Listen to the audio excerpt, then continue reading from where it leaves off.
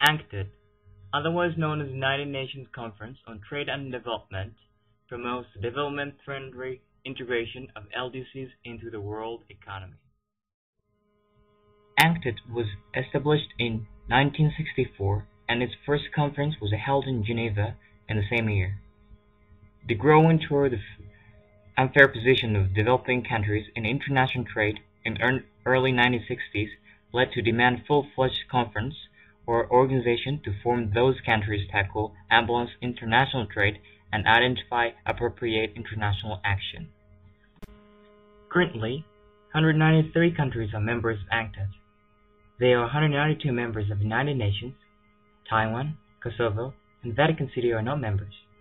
However, Vatican City is a member of UNCTAD as a Holy See, thereby Taiwan and Kosovo are only two countries which are not members of UNCTAD. This is because Taiwan is considered as a province of China, and since China is a member of the United Nations Security Council, it is extremely hard to persuade China to admit Taiwan as an independent country.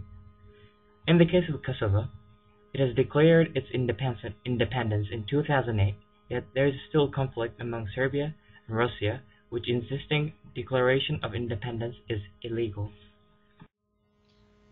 The UNCTAD's ultimate aim is to maximize the opportunity of LDCs trade, development, and investment, and support them from the issues which are caused by globalization to ensure their equivalent position in global economy and bring sustainable development.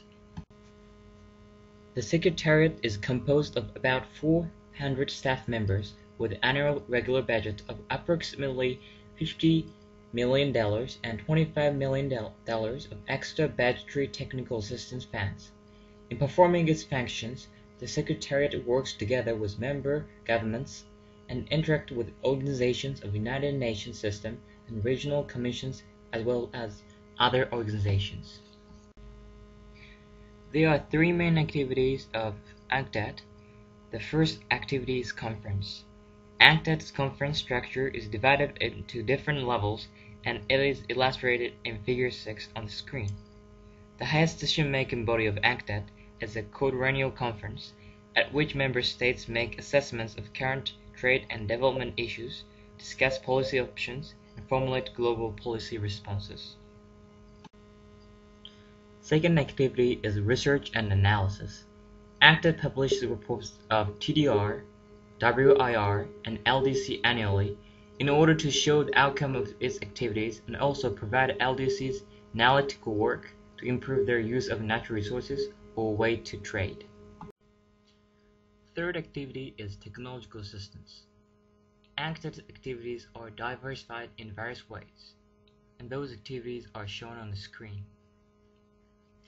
It is hard to determine that these three activities are meeting UNCTAD's official aim.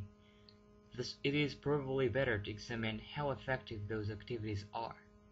Supporting LDCs in various ways such as investment, trade, and commodities are surely achieving the part of aim, maximizing the opportunity of LDCs trade, investment, and development.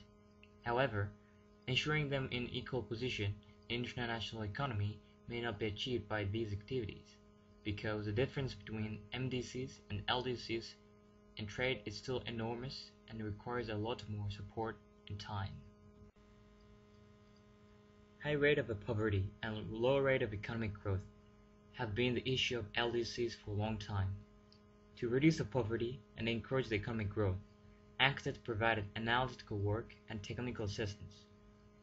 These are considered as multilateral aid since they are provided by UNCTAD, non-governmental organization. The situation can be illustrated by PPC, production possibility curve.